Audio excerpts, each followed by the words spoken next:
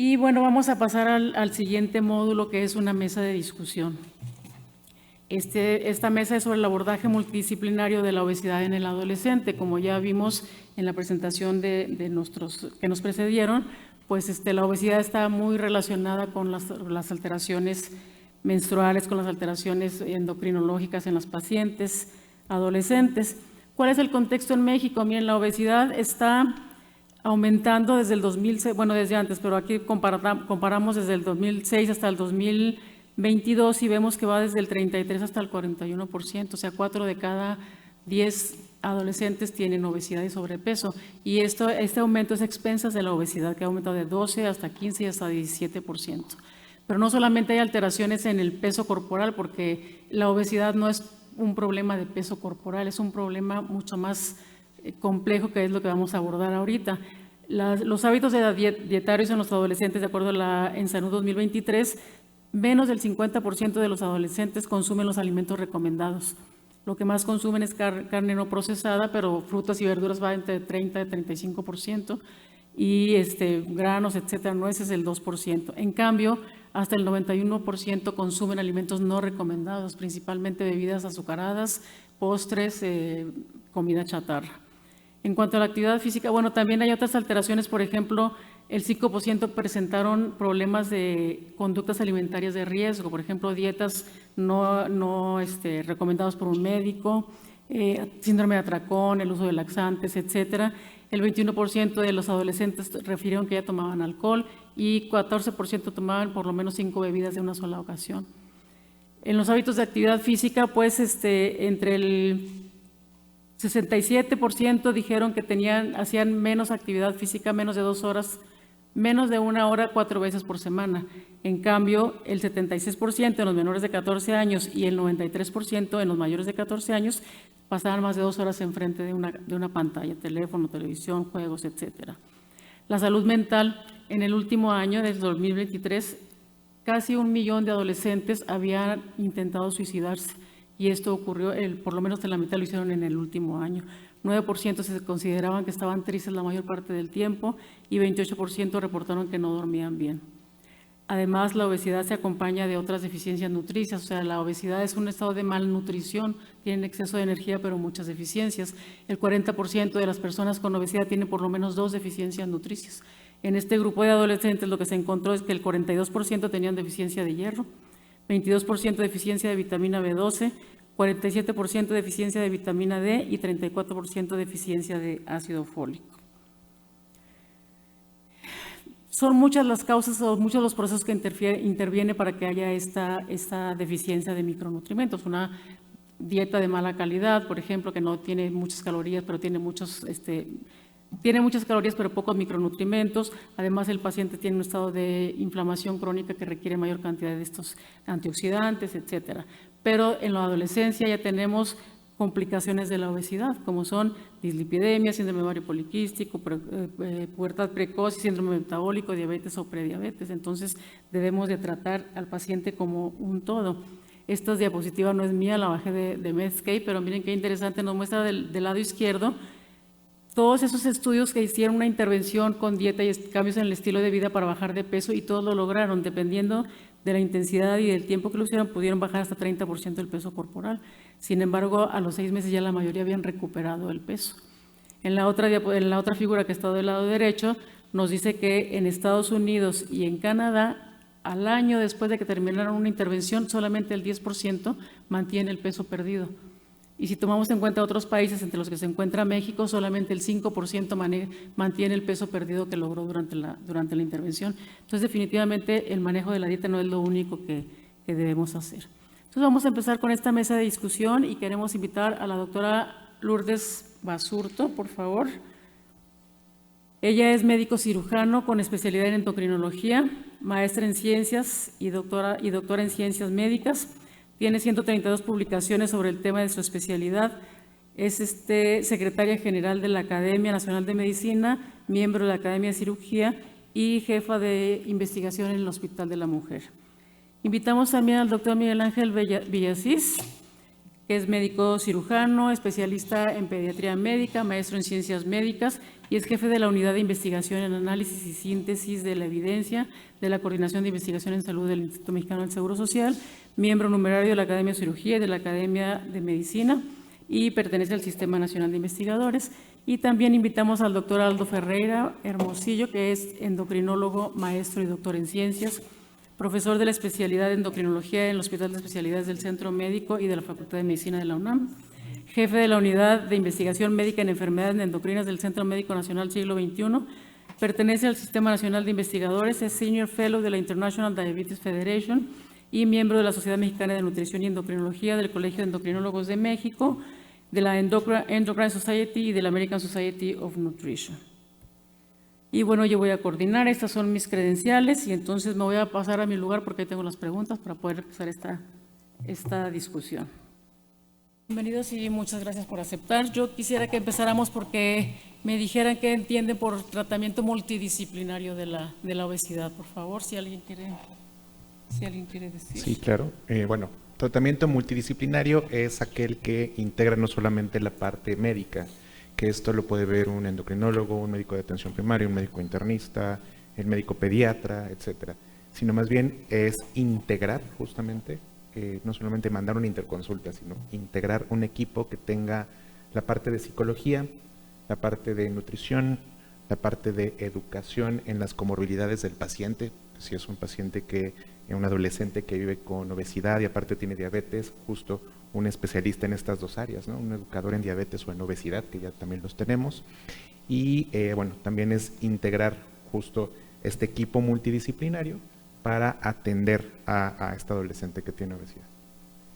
Gracias, sí. ¿Alguien quiere agregar algo?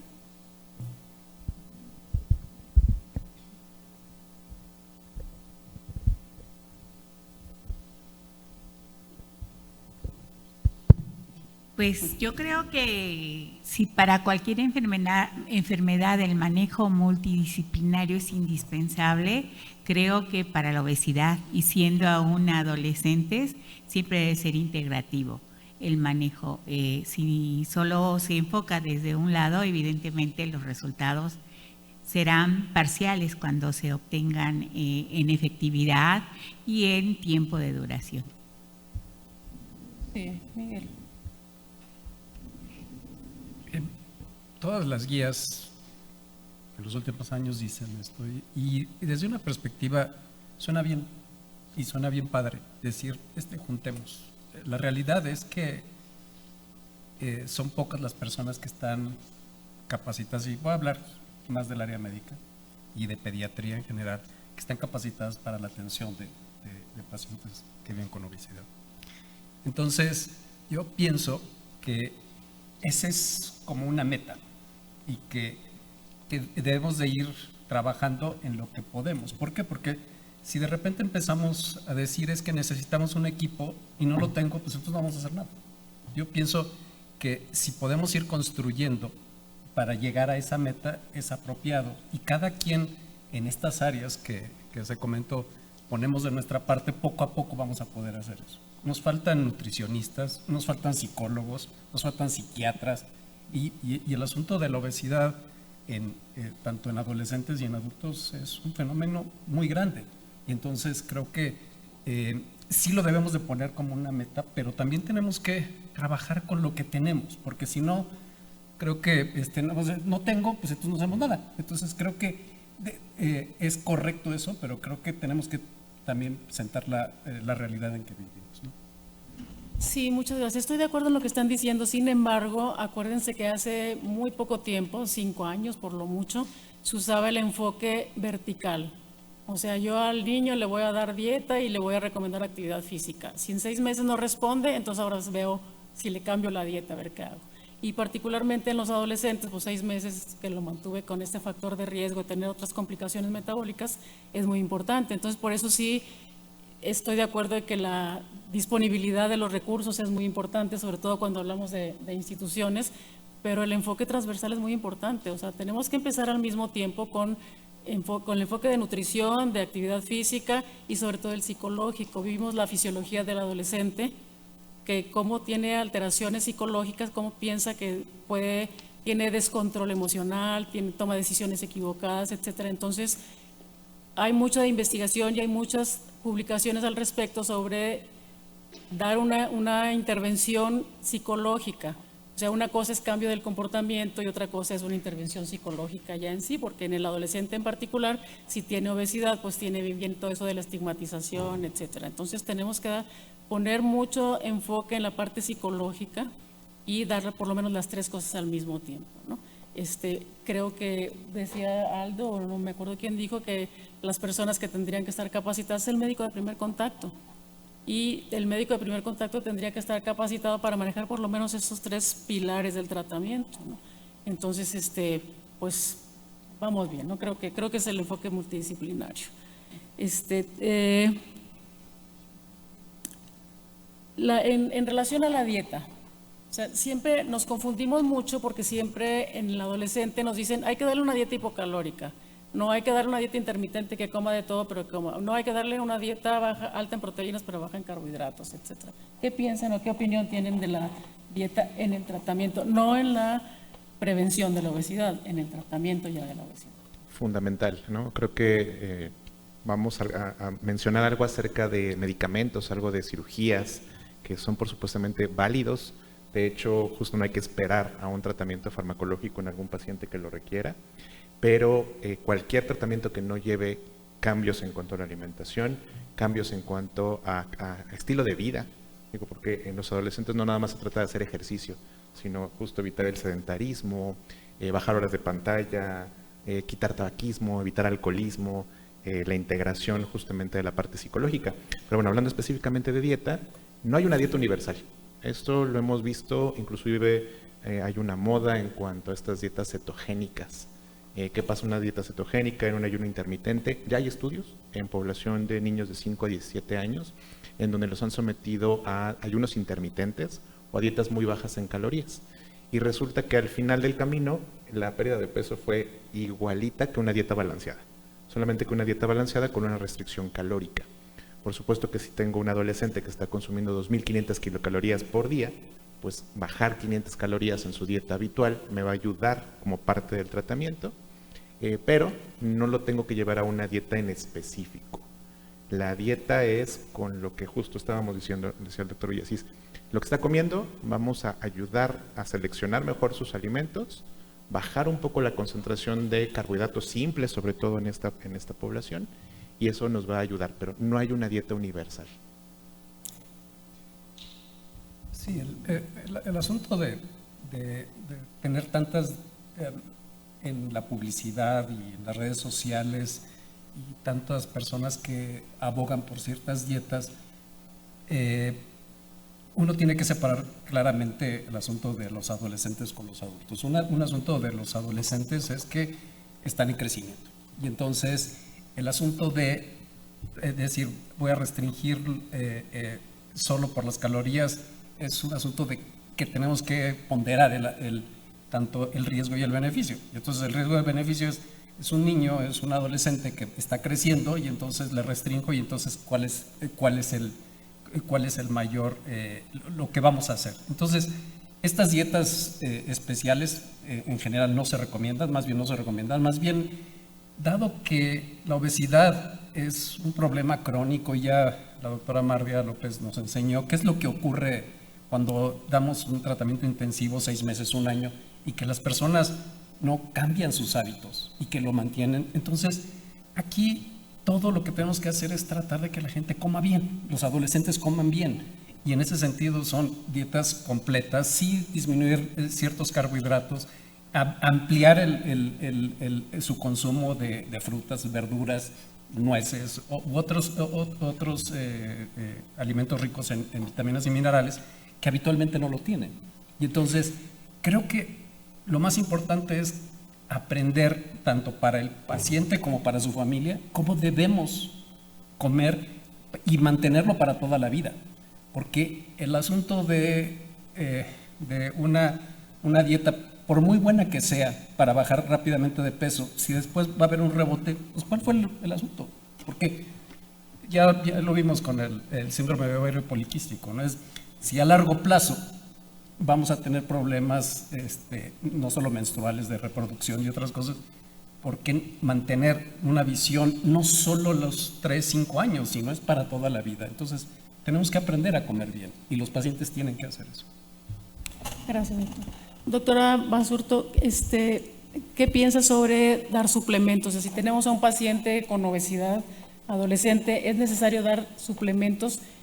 ¿Qué necesitamos hacer? ¿Qué exámenes de laboratorio tenemos que hacer? O sea, basta con tomarle el peso, calcular índice de masa corporal, circunferencia de cintura y decir tiene obesidad, vamos a darle una dieta y recomendar ejercicio. Ahora respondo, doctora Mardia, pero me gustaría también comentar sobre lo que ahora se termina de comentar.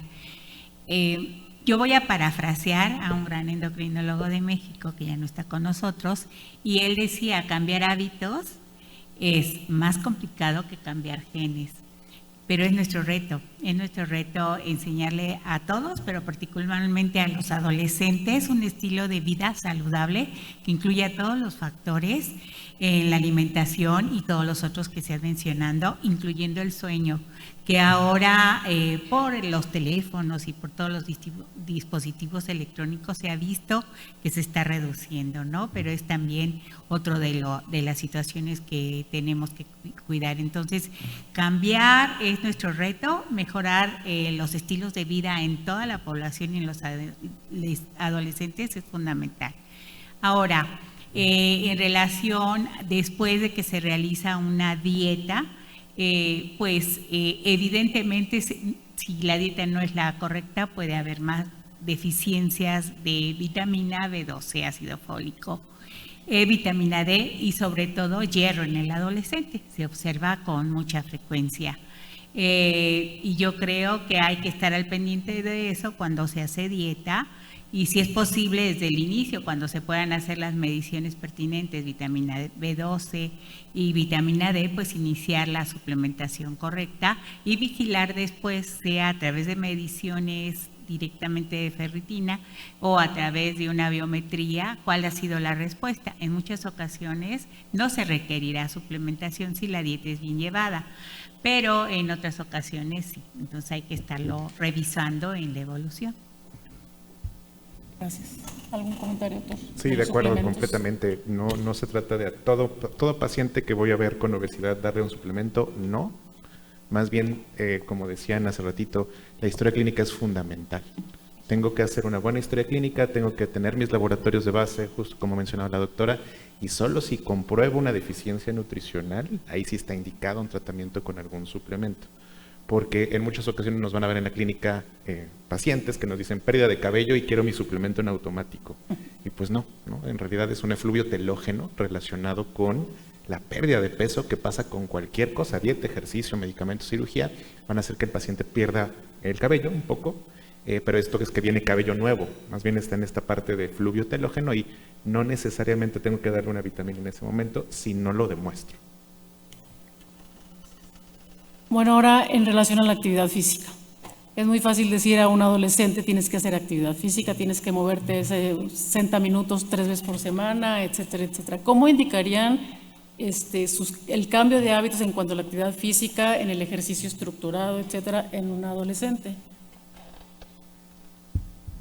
Sí, tienes razón, Mardia. El asunto de hacer ejercicio es muy fácil prescribirlo. El asunto es que algo que sea significativo es la diferencia. La recomendación de la Academia Americana de Pediatría, tal cual dice, 60 minutos de actividad intensa todos los días. ¿Y qué significa actividad intensa? Es de acuerdo a parámetros de frecuencia cardíaca medida, en fin. Entonces, y llegar a ese punto siempre va a ser un problema. Pero tenemos que partir de cambiar primero, desde mi forma de verlo, cambiar el asunto del sedentarismo. Y entonces es empezar caminando, haciendo los chicos, decirles, bueno, sí vas a estar en la pantalla, pero pues puedes caminar. O sea, ¿no? En ese sentido es ir ampliando el asunto de la actividad física. Pero es muy importante tener en mente esos 60 minutos de actividad física intensa. podemos hacerlo, debe ser por etapas. La recomendación es quizá 2 o 3 durante los primeros meses, quizá esos 60 minutos por día, por semana, una vez a la semana, y progresivamente ir aumentando para llegar a ese nivel de poder tener esos 5 a 7 días de 60 minutos. El cambio en el estilo de vida y tratar de que, en este caso, los adolescentes se involucren en una actividad física de esa manera no es tan fácil. No es un asunto de que ya vete, te incorporo. Creo que se requiere, es mejor los hábitos no individuales, sino más bien en conjunto. Quizá las actividades en conjunto, como los deportes en conjunto, esos son los motivadores más que entre grupos que de manera individual. No por quitar una cosa de la otra, pero sí es más fácil que los adolescentes se involucren más en sus actividades y que ellos lo reconozcan como una necesidad, como en grupos, para que entonces puedan hacerlo. Pero también tenemos que tener en cuenta el asunto de la persona. Si un adolescente tiene mucho sobrepeso, también tenemos que ver que puede tener problemas osteoarticulares o musculares. Y entonces también el sentido de, también tenemos que tener precaución en eso. ¿Por qué? Porque no vete a hacer ejercicio aeróbico, anaeróbico, te voy a tomar a hacer pesas y entonces te vas a lastimar. Creo que también es un asunto que tenemos que tomar en cuenta. Entonces, seguir las recomendaciones, así tal cual en una prescripción, creo que primero es con calma, sí, pero poco a poco, y tratar de que, en este caso, los adolescentes poco a poco se automotiven y que los profesionales de la salud estén monitorizando cómo está el cambio en ese estilo de vida para que se siga progresando y darles diferentes actividades, porque también hay veces que a los adolescentes tampoco les gusta hacer solo una cosa. Entonces también, si puede ser variado el tipo de ejercicio, entonces eso creo que es lo más apropiado. Sí, ¿tienes algún comentario? Otro de los retos, ¿verdad? Que lograr que la actividad física, pero solamente para recordar que similar a lo que sucede en los adultos, la ADA y otras sociedades recomiendan al menos 3 sesiones de 1 hora de ejercicio que llaman moderado o moderado intenso para lograr los objetivos de reducción ponderal, que bajo estos programas se ha observado el beneficio sobre la reducción ponderal. Sí, yo quiero nada más agregar, y se agrega un reto adicional.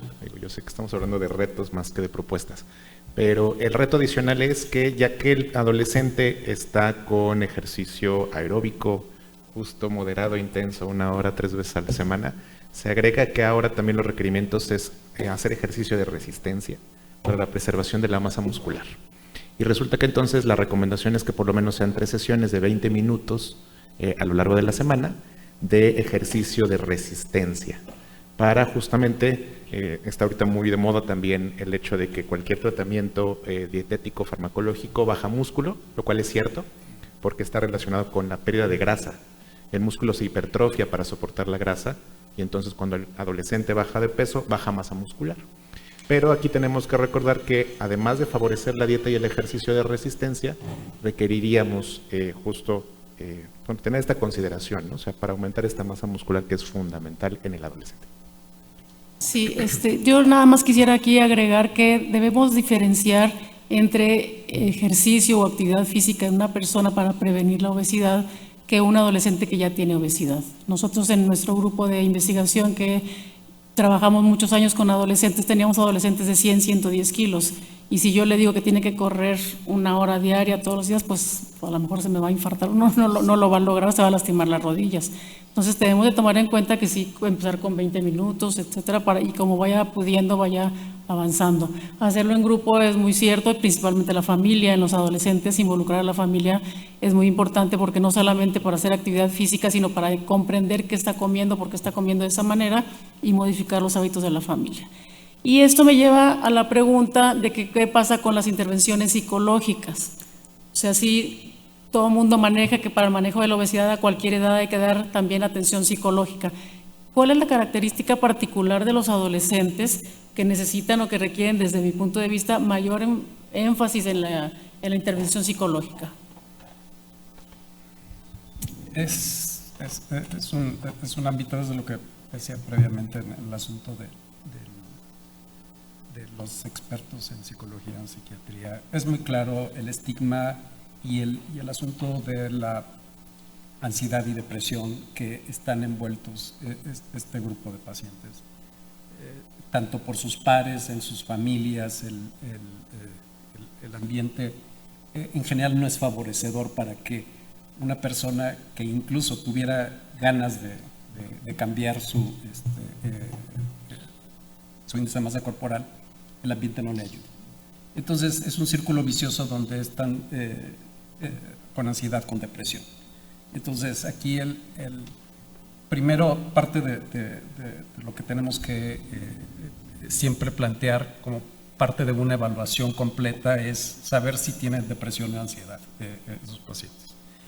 Y entonces aquí es dar específicamente, ahí sí con expertos, aunque hay varias estrategias que se pueden hacer desde el primer nivel, pero sí hay niveles de ansiedad y depresión, y es muy importante primero poderlo reconocer. ¿Por qué? Porque eso también impide que tengan un buen estilo de vida. Entonces, lo primero para mí es evaluarlos, saber si tienen o no, y entonces empezar a identificar con quién o cómo poder hacer estrategias desde el punto de vista psicológico. Sí, bueno, sí. Sí, yo creo que también diferenciar un poco lo que es una terapia conductual de una terapia psicológica. Una terapia conductual, todo paciente que quiere bajar de peso debería tener una terapia conductual, ¿no? Porque conductual significa modificar mi comportamiento para lograr un objetivo. Pero no todos los pacientes con obesidad van a requerir una terapia psicológica. O sea, terapia psicológica es justo el paciente con ansiedad, el paciente con depresión.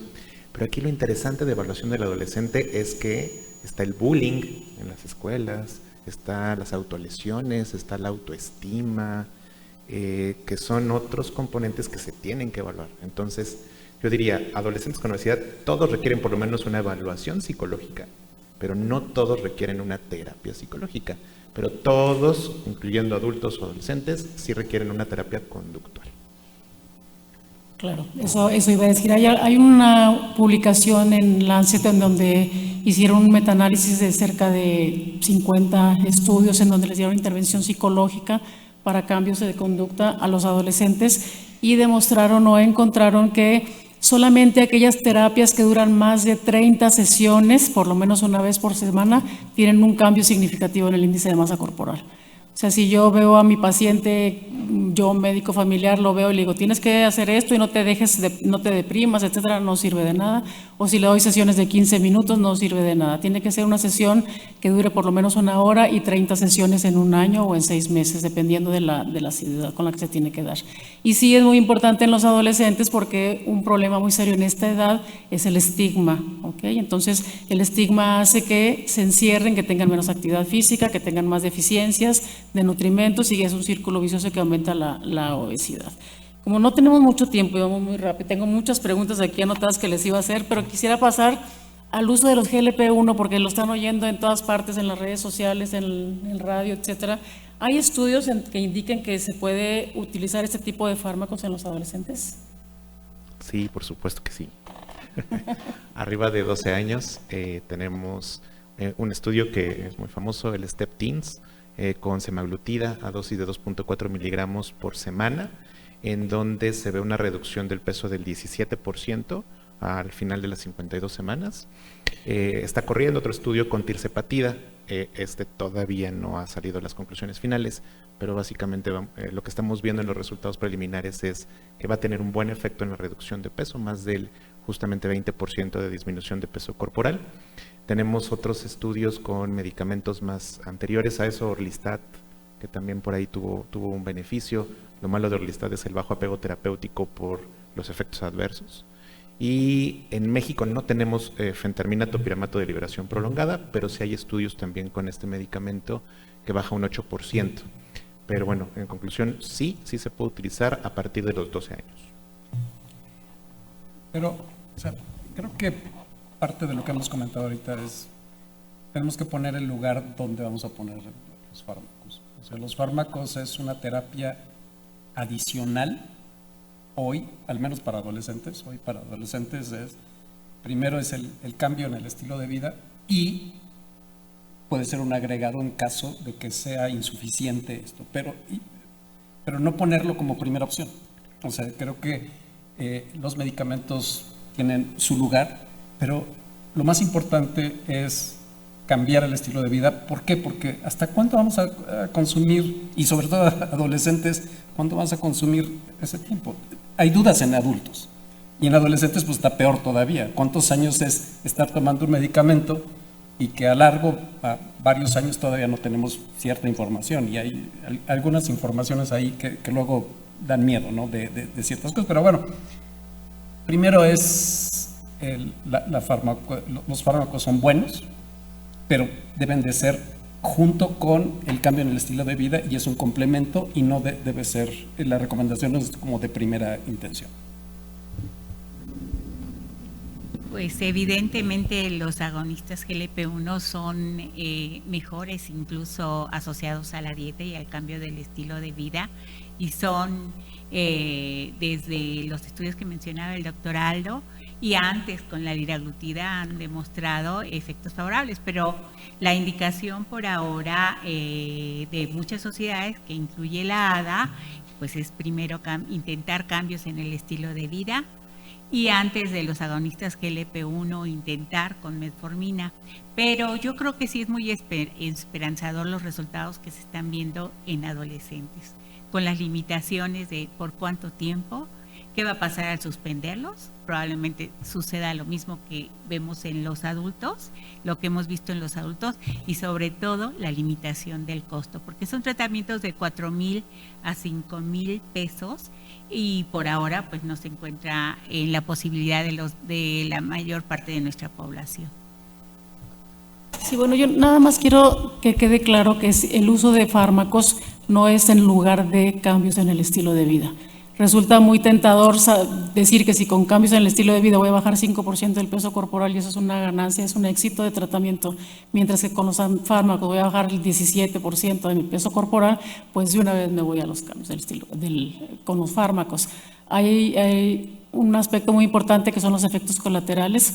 Los estudios financiados por los laboratorios nos muestran el efecto final, pero hay muchos pacientes que se van dejando el estudio, que lo van abandonando o que no hacen la escalación adecuada precisamente por los efectos colaterales.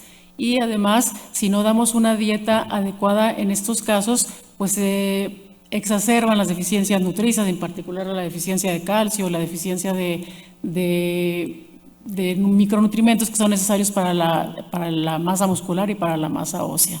Entonces sí son muy interesantes, sí son muy esperanzadores, no son la panacea. Creo yo que no son la primera línea de atención para los pacientes con obesidad, pero sí se tienen que considerar.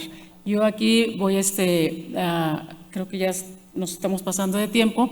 Nada más quiero dejar el mensaje en que tenemos que empezar siempre de manera horizontal, o sea, los 3 pilares: dieta, ejercicio, psicología o cambios en el comportamiento, y que el paciente sepa que tiene otras opciones, para que no abandone, para que no sienta que ya está desahuciado en cuanto a eso, que ya no puede dar ningún tratamiento.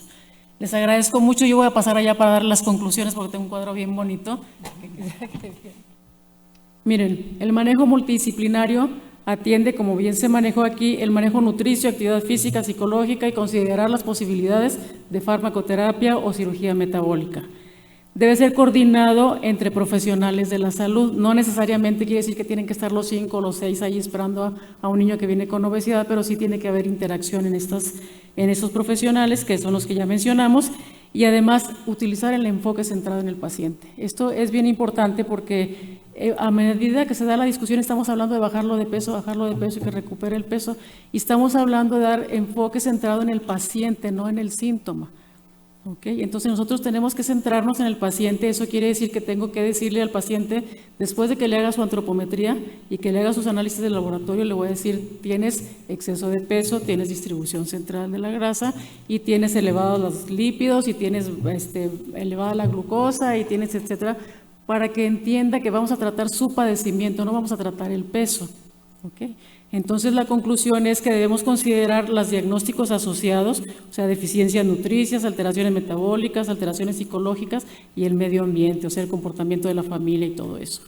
El enfoque basado en el paciente dice que tiene que ser sin sesgo, o sea, evitar estereotipos y estigmatización, no decirle gordita, porque quién sabe cuánto, o darle nombre, sino hablarle como una persona con respeto. El equipo de salud, si bien tiene que ser multidisciplinario, pero tiene que estar actualizado. O sea, tiene que estar actualizado en el manejo de la obesidad, cómo se hace el diagnóstico, cómo se hace el seguimiento, etcétera. No nada más el médico de primer contacto, sino todo el equipo y además darle esa información al paciente, por qué le están haciendo eso, informarle por qué puede haber ahora otros fármacos, por qué puede haber otro tipo de ejercicio, etcétera, para que pueda involucrarse en el tratamiento.